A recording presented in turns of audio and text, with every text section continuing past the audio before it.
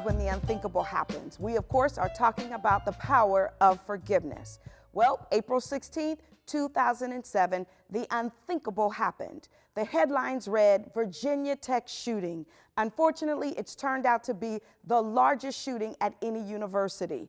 And for one Tab family, they've had to answer that question.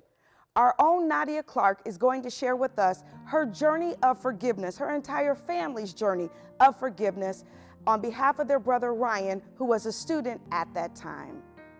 I'm not exactly sure why Ryan decided to go to Virginia Tech. I just know at the time he was applying to different schools, and it's funny because I was the one that was with him when he actually got the letter in the mail saying that he was going. He had the envelope, he was like, "What does this say?" And I was like, "It says, congratulations, you've been approved to attend Virginia Tech." And he was like, "Okay." And basically for him, it's like, that's where I'm going.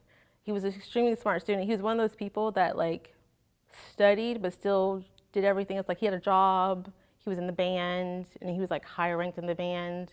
He had his priorities set and everything. So if you called him, he was like, "I'm studying for a test, I gotta call you back later and talk to you later." Like, okay. But I mean, if he could talk, he could talk. If he couldn't, he was doing something else, but he was always doing something.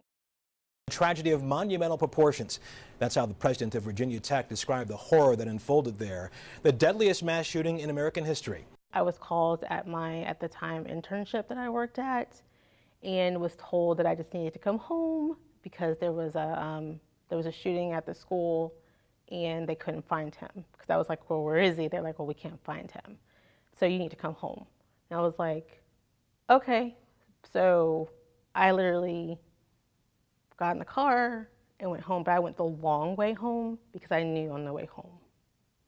So of course, when I get home, there's a police officer there. So, and my brother was outside hugging his best friend. So I kind of knew before, so I didn't really have to be told, kind of knew walking in. Yes, I have forgiven the shooter. So I still don't really say his name, but I have forgiven him, yes.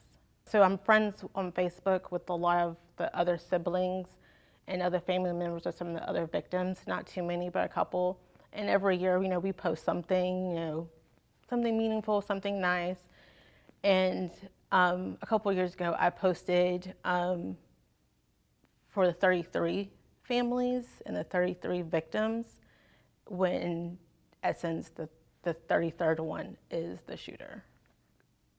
Going back to Pastor Goodman's sermon on last Sunday, basically take your time, acknowledge your feelings, and don't let anyone tell you, get past it, get over it. It doesn't necessarily happen overnight. It doesn't necessarily happen in a year, 2 years, 5 years, 20 years. But you must take your time in order to do it, and you must feel what you have, and make sure that you take the time for yourself to feel those things.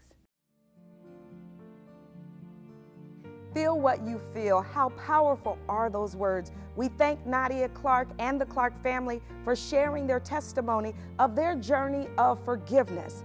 The journey begins the minute we decide to forgive, and that we shouldn't wait for someone to ask for forgiveness. All right, Tab family, let's get ready to receive Pastor Goodman as he takes us into the next installment of the F Word series, Forgiveness is Not a Dirty Word. God bless you.